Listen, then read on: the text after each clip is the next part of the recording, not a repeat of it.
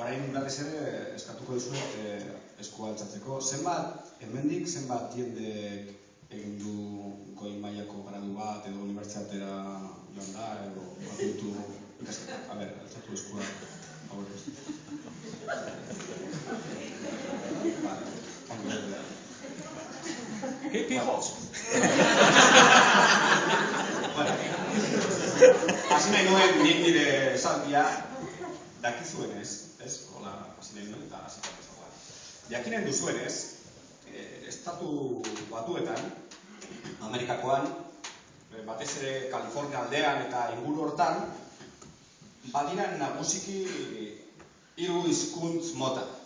Lehenengo hizkuntza agerian dagoena da English, bigarren hizkuntza bat oso sendo sartzen ari dena, batez ere andale, pues bada gaztelania, eta badago halako fruitu izkutu bat. Eta bada bien arteko erlazioaren ondorioa. Eta ez da English, ez da Spanish, da Spanish. Ezagutzen duzu, ongi da. This is good. Bueno, hori da lehenengo aipua, bigarren aipua. Dakizuenez, jakinen duzuenez, otso iberiarra, orain zabaltzen ari da, pizkanaka Amaratik ona, eta Laster helduko da, Arabara heldu da, eta patatak ez ditu jaten, baina hango animali batzuk bai, eta, bueno, sortarazten ditu alako, ez? Otsoa beti da batzutan lagunak ditugu, ez? Carlos Otsoa, Isabel Otsoa. Baina, otsoa animali bezala, ez? Hainbat armarritan dago, gure tradizioaren parte izanen da, eta, bueno, dakizuenez, ba omen du arazo genetiko bat, otso iberiarra. Otso iberiarra antza, gustokoa ditu bai otsoak, bai edozein zakur, eta hor, bueno, pues, garaiak heltzen direnean, Nafarren kasuan bezala Sanferminetan, pues, zeno garaia heltzen denean, hor nahasten dira bai otsoekin, eta bai otsoak beste zakurrekin. Ondorioa, hainbat biologo kezkatuak daude, ondorioa da, otso iberiar arrazaren purotasun edo mantentzeko joera hori kilikolo dabil. Ez dago argi, otso iberiarrak bidea eginen duena da ala bidean geratuko den. Eta oso kezkaturik daude biologoak. Ni ere kezkatua nago, hori baten. Baina nire kezka beste eremu batetik doa. Dakizuenez, hemen, adibidez Donosti baten, badira 2 hizkuntz ofizial, irakurri dut hor udaletxe ondoan, jartzen zuen, uste dut zer jartzen zuen, oso handi, jartzen zuen lortu egin dugu, jartzen zuen bigarrez, baina jartzen zuen oso handi, lortu egin dugu, eta gero jartzen zuen lo hemos conseguido, eta gero baita ere frantzesez, eta honi, baina bi hizkuntza nagusiak dira hemen gaztelera eta euskera. Eta badago, beste 3. zera bat, ez? Txantxetan onartzen duguna, baina egitan existitzen dena. Eta da, ez da euskera, ez da espainol, da euskaniol. Kontxa. Zer gertatzen da? Ba, Euskal Herrian, batez ere, zentratu garela nominatiboan, zentratu garela zenbat gera,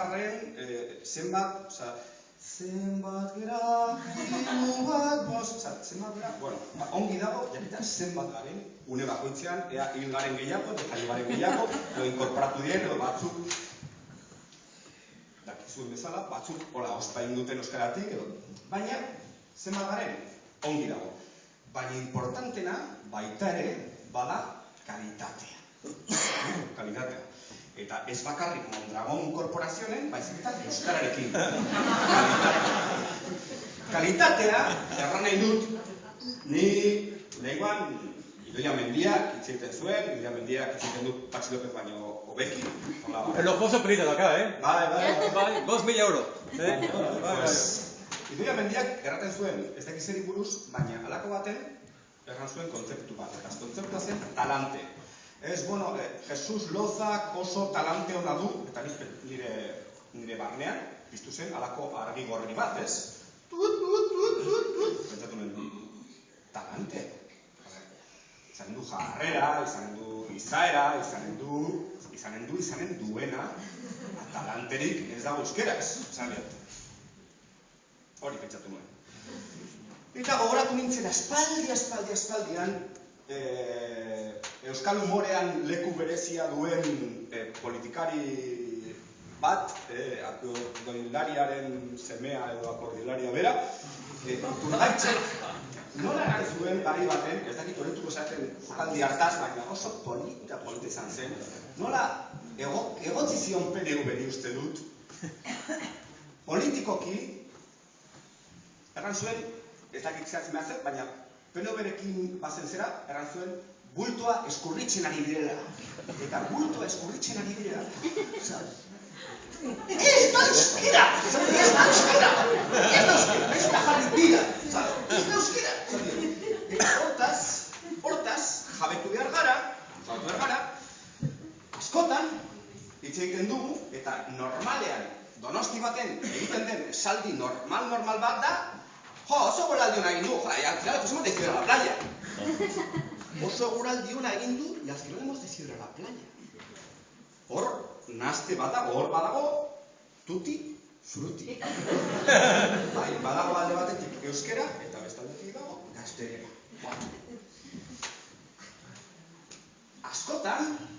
Askotan, guk hitz egiten dugu, eta hitz egiten dugunean, esaldiak baita ere badira esgoraino bat, esgoraino dozen nahi, iztuen esfortzua egin zuen, esfortzua de la hostia egin zuen, esfortzua ikaragarria egin zuen, esfortzua egundokoa izan zen, esfortzua sekulakoa izan zen, esfortzua egin dut nik. Diot, anitzetan gure eguneroko hezkuntzan hitz egiten dugunean, botatzen ditugun esaldien artean, behiratu behar dugu, behiratzen badugu ze pH duen, ez da pH 7, da pH 2. Nola pH 2? Behiratzen dugu, zuek grabatu, baduzue telefono mugikorri, grabatzen alduzue elkarrizketa bat lagune artean, grabatu, eta gero entzun zer errandu zuen. Grabatu, moskortu aurretik eta moskortu ondoren. Zoreken aldea izan duzu. Baina nabarituko duzue, diot, bada gaur egun atletiken jokoaren bezala. Atletiken kontrolatzen du jokoaren 57%. Pues hori da euskararen kasuan, ez? 57% igual da kontrolatzen duzuena euskeraz. Eta gainerakoa da gazteleraz edo, inglesez edo,